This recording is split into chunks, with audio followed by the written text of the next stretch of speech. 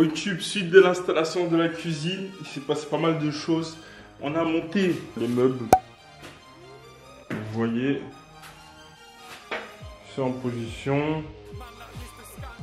Il va falloir les assembler, les lier entre eux. Mais en fait, j'attends encore mon lave-linge et mon lave-vaisselle. Je pensais que je pouvais pas faire le montage sans, étant donné que c'est des machines certes à encastrer mais qui vont pas dans un meuble. Mais au final, ce que je peux faire, c'est d'utiliser le gabarit d'un autre des meubles, donc des dimensions 60 à peu près, le placer entre, visser mon plan de travail, le déplacer, le mettre dans un autre endroit, et au final j'arriverai à simuler mes lave-vaisselle et lave-linge.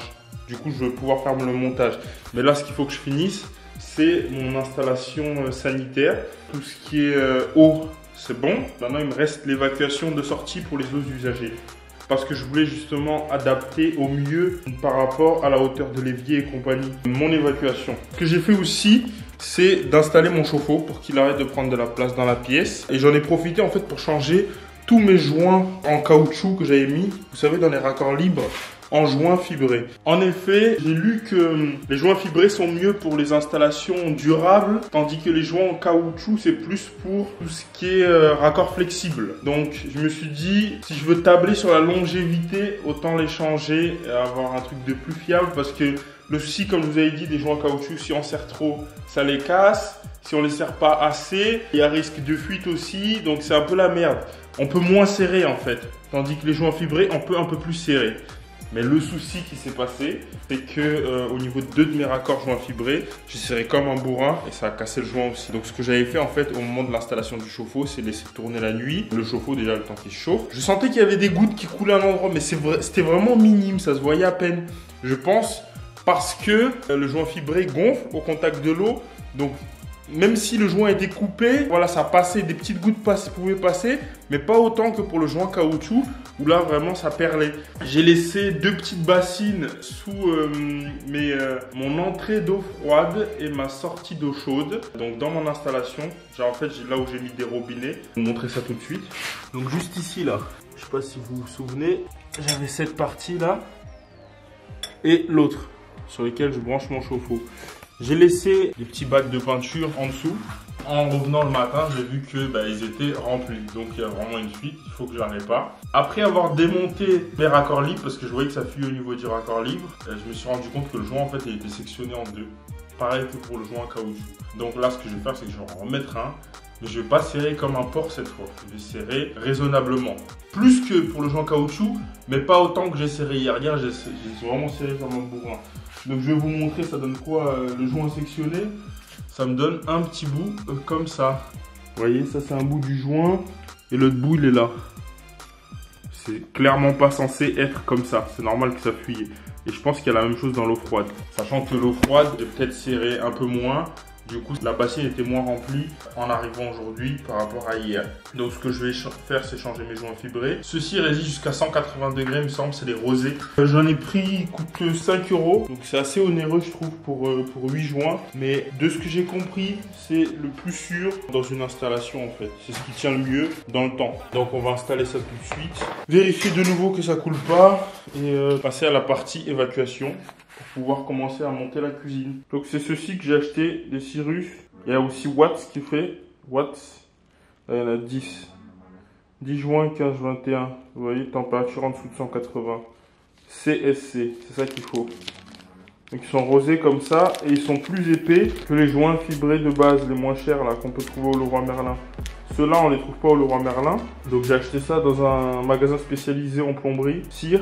Donc voilà, on va installer ça et on va poursuivre l'installation. Donc ce que j'ai fait, comme je vous ai dit, là ici à la place des joints en caoutchouc, et là j'ai mis du fibré aussi, même si c'est accessible, mais voilà, au moins on est top. Et ce qui est cool, c'est que là j'ai l'eau chaude, donc je peux prendre des douches s'il faut. Bon YouTube, what it do, on se retrouve pour la suite de notre installation de cuisine. C'est pas mal de choses. Il y a un canapé qui a été acheté, il y a le frigo qui est arrivé. Je vous montrerai plus en détail une fois qu'on le mettra. Le four. Les meubles sont tous montés, ça c'est les meubles du haut. Différents meubles de cuisine, ça c'est pour le four. C'est le meuble de l'extrémité. Le meuble de l'évier. Ça on a placé, on a mis le plan de travail qu'on a découpé. Donc ça c'est top. Bon, là il va être inversé pour pas avoir les flancs. De l'autre côté, c'est pas coupé les deux autres faces. En gros, là-bas et là, le long ici, là. Donc je vais le retourner. Et comme ça, on a quelque chose de propre. Qu'est-ce que j'ai fait d'autre? J'ai changé le pied du chauffe-eau. L'autre, il était trop court.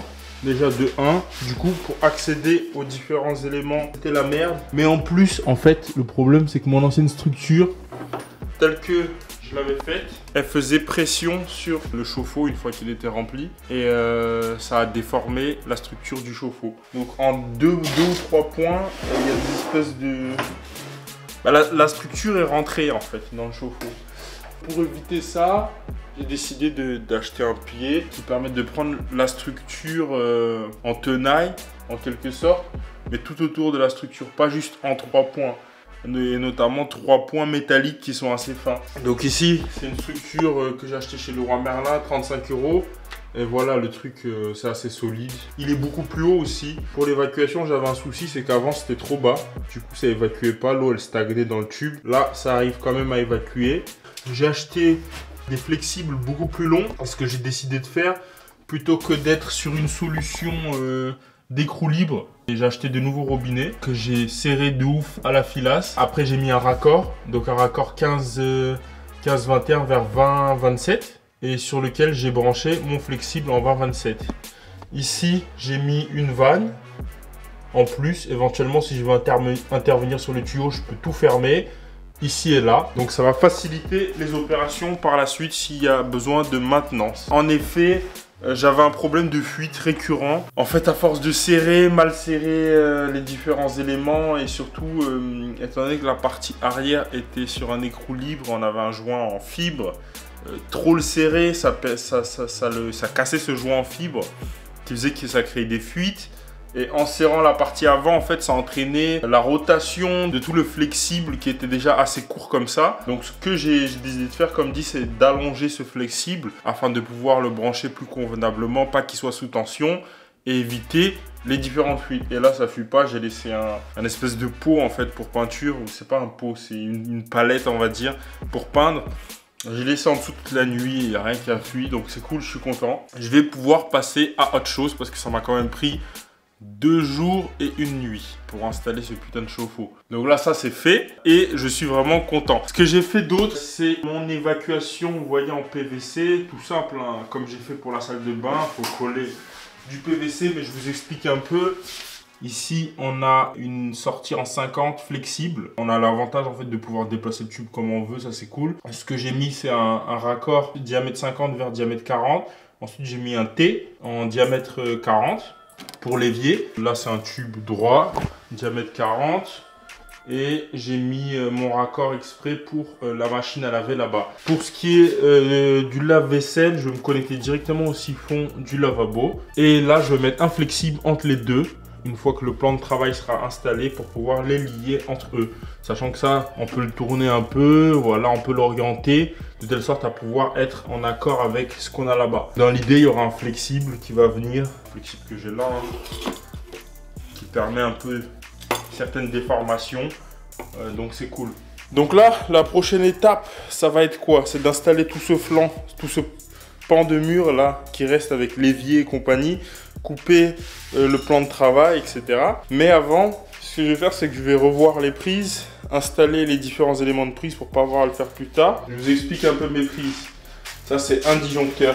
Donc, il y a une prise là, 2 prises dans la chambre. Ça, c'est un disjoncteur. C'est pour le four. Ça, c'est pour le four. Lié avec celui-là, ça, je l'ai ajouté par la suite. Ça, c'est pour ma hotte. Donc un disjoncteur. Ensuite, il y a un disjoncteur pour la plaque de cuisson en 32 ampères. Du coup, c'est du gros diamètre. Diamètre 6 mm, je crois. 6 mm carré. Taille de fil. Donc lui, c'est un disjoncteur unique. On branche que la plaque à induction qui requiert beaucoup de puissance. Ensuite, j'ai cette prise qui est liée avec d'autres prises que j'ai tout autour de l'appartement. Mais ce que je vais faire, c'est que je vais la doubler pour justement pouvoir connecter plus d'équipements. Et aussi, ce que je vais faire, c'est que je vais la déplacer. Parce que ici, on est à peu près à la limite de là où il y aura la plaque à induction, en fait, ici, juste là.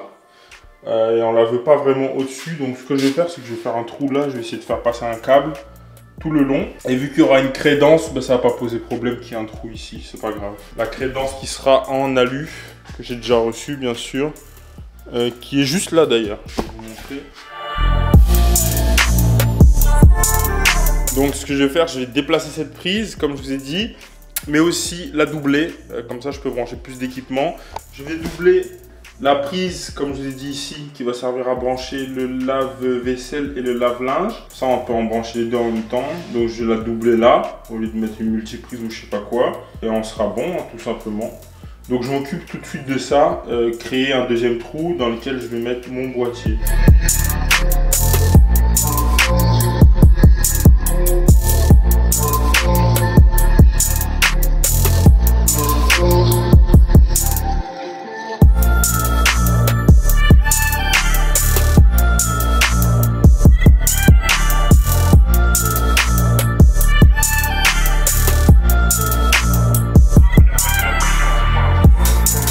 Vous avez vu, j'ai essayé de tracer à peu près là où il se situe, les parallèles.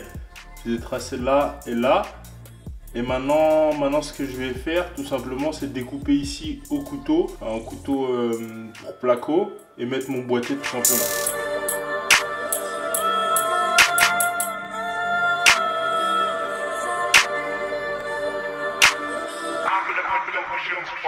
Donc, une fois que ça c'est fait, comme j'ai dit, on prend notre boîtier et on y rentre nos câbles. Ceux-là, on va les laisser en arrière-plan, je pense. Je vais chercher d'autres câbles. Ça, je vais les lier entre eux, mettre une triplette en fait. Comme ici, on a du gros câble, on peut aisément mettre un disjoncteur de 20 ampères. Là, l'électricien, ça, il m'avait branché un truc tout pourri là. Vous voyez, des câbles tout fins comme ça. Versus ça. Vous voyez la différence? Donc ça, c'est pour un disjoncteur de 16 ampères, tandis que ça, on peut mettre du 20 ampères. Donc ce que je vais faire, c'est que pour la chambre aussi, je vais mettre des câbles en 20 ampères. Comme ça, on sera tranquille. You need to prioritize, you need to find what you do first, what you do second, and you need to start fixing the economy at the same time.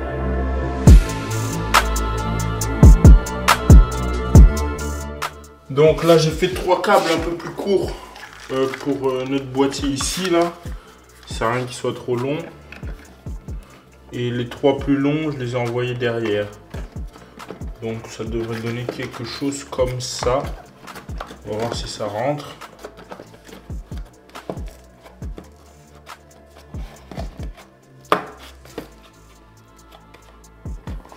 Ça donne quelque chose de comme ça. Maintenant on prend nos prises et on va effectuer certains branchements. Ici, si on regarde, on branche le rouge sur le rouge, le bleu sur le bleu et le vert jaune sur le vert. Là ils sont mis et maintenant je vais faire des ponts avec le second interrupteur, enfin la seconde prise plutôt. Et pour ce faire, va falloir couper des petits câbles, donc des petits câbles qui vont d'ici à là, pas trop long parce qu'on veut que ça soit intégré dans le boîtier, pas que ça vienne nous casser la tête. Comme ça à peu près.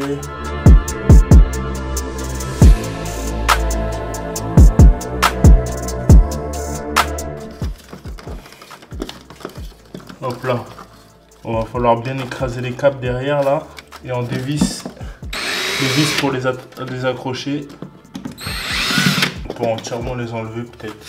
Ce qu'on va faire, c'est qu'on va visser directement dedans. Déjà ça, on les met l'un avec l'autre, on les imbrique. Bon, maintenant le but c'est d'essayer d'encastrer le tout là, c'est un peu chiant. Donc voilà, ça donne ça, on est bien. Là, ce que je vais faire, c'est que comme j'ai dit, je vais déplacer cette prise là. Pour tous mes accessoires qui seront en haut, je vais la déplacer vers là aussi. On va pouvoir poursuivre l'installation de la cuisine. À vrai dire, déplacer la prise là, c'est pas du tout important parce que ce sera en dessous du plan de au-dessus du plan de travail, donc ça je m'en fous. À vrai dire, moi ce que j'ai envie, c'est mettre les meubles déjà là. Donc ce qu'on va faire aussi, c'est installer les prises là, du moins les sorties, là et là, pour pouvoir travailler convenablement sur la partie cuisine. Bon, on va commencer par placer les meubles, mais avant ça, on va découper en fait la partie arrière, une partie du meuble à l'arrière, donc pour faire le vide sanitaire justement, de telle sorte à ce que les câbles puissent passer. Donc on a jusqu'à 6 cm qu'on peut découper, sachant que le meuble sera décalé encore de 3 cm, donc il sera dans cette position en gros. Là ça peut passer, mais c'est mieux de découper, au moins on est large. Donc on va découper comme ça Au moins on aura de l'espace là pour faire passer les choses. Donc ce qu'on fait, c'est qu'on va s'indiquer une zone. Je vais par exemple couper de là.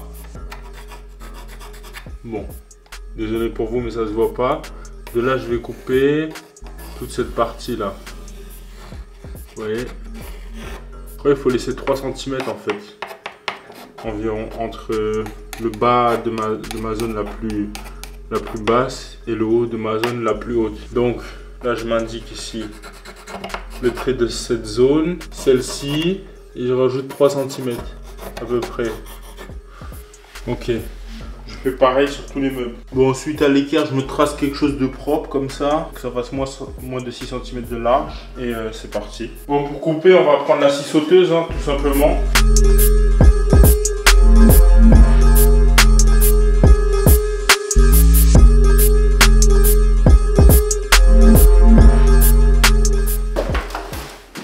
Ok, pareil de l'autre côté. Vous voyez, quand on le place, ça nous donne ça. C'est propre. Alors on fait sur les autres. On va placer l'électroménager aussi pour mettre en position les différentes choses. Et après on va régler la hauteur des pieds de telle sorte à après fixer les meubles au mur. Donc voici le lave-linge. C'est un Bosch. Voici la référence si jamais. Je l'ai acheté... je sais pas, 515 € je crois avec la livraison offerte. Donc voilà, on va l'installer tranquillement. Sauf que j'ai pas la façade parce qu'en fait il y a une partie du panneau qui est visible de l'extérieur. Certes c'est encastré mais il y a une partie qui est visible. Ça permet justement de voir combien de temps il reste au niveau du lavage, choisir le programme et compagnie. Je trouve que c'est plus pratique comme ça que toute la façade fermée et qu'il n'y ait aucune indication. Donc j'ai commandé la façade mais il va falloir attendre quelques semaines le temps de la recevoir. Bon, j'ai pu voir comment s'installe le lave-linge un petit peu, ce qu'il y a dans le kit et tout. Et en gros, il a des pieds, là comme vous pouvez le voir, qui sont réglables de 0 à 60 mm. Sachant qu'il mesure actuellement 81 cm de haut. Donc ça peut nous arriver, on peut monter à 87 cm de haut. Donc il faudrait que je vise à mettre mes meubles à environ 86 cm de haut pour qu'après on puisse avoir du jeu éventuellement si on veut vraiment toucher la partie basse du plan de travail avec la partie haute de notre lave-vaisselle. J'ai regardé aussi au niveau de la machine à laver et pareil on peut monter à 87,5 environ. Donc si on vise les 86 cm de haut, on sera vraiment parfait. Donc voilà, je vais voir si on peut baisser les pieds ou quoi de mes meubles pour réussir à faire ça. Bon, il y a des choses auxquelles il faut réfléchir. Là d'abord, j'ai pris 2 tasseaux qui étaient inclus avec le lave-vaisselle que j'ai coupé à 60. Comme ça me fait la distance exacte qu'il me faut pour placer les meubles de part et d'autre. Ensuite, il faut savoir qu'ici on a le mur. Du coup, on ne peut pas coller ce meuble à vrai dire au mur. Donc 2 solutions s'imposent. Soit je laisse un espace qui risque d'être moche je pense. Soit je me colle ou je me rajoute une joue en plus. Comme on l'a fait sur ces meubles-ci, je ne vous ai pas montré comment on a tout installé. Voilà, je pense que je vais le faire ici aussi. Je vais rajouter une joue de telle sorte à ce que ça me fasse un décalage en fait, tout simplement. Sinon, c'est pas propre cette histoire de le laisser comme ça, sachant qu'il y a la poignée en plus. C'est pas terrible. Bon, à vrai dire, après réflexion, que je mette une joue ou pas, la joue sera à fleur. Si on imagine que la joue est à fleur de cette partie-là, avec la poignée, ça passe pas non plus. Enfin, ça va frotter les deux. Donc je pense que pour mettre de joue, je vais juste essayer de laisser un petit écart là pour que la poignée puisse passer. Je pense que c'est la meilleure des choses à faire, ouais. Parce que bon, prendre une joue en plus, comme dit, si ça va frotter dans tous les cas, ça sert pas. À vrai dire, je sais pas trop comment on place les poignées. Peut-être on place jamais les poignées du côté où il y a la joue. Ça, je sais pas trop. Peut-être c'est ça, hein. Ou bien l'autre solution, c'est mettre la poignée dans le sens inverse, dans l'autre côté en fait. Du côté de la vaisselle. Donc si je mets la poignée là, on ouvre comme ça. Et je pense que ça devrait passer. Mais je sais pas, pour être plus safe, je vais laisser un espace quand même. Parce qu'on ne sait jamais, si je mets le système d'ouverture là, il faut que, vous voyez là, on reste quand même dans l'axe. Ça ne dépasse pas vraiment. Bon, ce qu'on commence par faire, c'est mettre de niveau les meubles. Donc j'ai mis le laser, j'ai visé sur ce coin là. Et on va tourner les pieds pour que ce soit bien de niveau. Bon là, ça m'a l'air pas mal. à vrai dire. Là peut-être je vais baisser un petit peu. Donc je tourne. Là c'est déjà baissé au max à vrai dire. Il faut se caler sur un point un peu plus haut. Là si on a le trait à ce niveau, il faut qu'il soit à ce niveau là ici aussi. Donc déjà commençant derrière peut-être. En gros on tourne les pieds pour se mettre à niveau. Qu'est-ce qu'on a ici? Ici on est pas mal. Il est un peu penché là peut-être. Là peut-être le monter un peu. Ouais. On se retrouve tout de suite, je le mets à niveau et je vous montre le résultat. Là, je vous donne un exemple ici. Vous voyez, je me suis calé de telle sorte à avoir cet écart là ici en haut. À peu près la même chose là. Pareil derrière, et on avait, et là ici sur le côté aussi. Derrière là-bas ça se voit pas parce que j'ai rééquilibré là. Donc forcément le laser il atteint qu'ici. Mais on était bon. Donc on essaye d'équilibrer d'abord derrière et après la partie avant.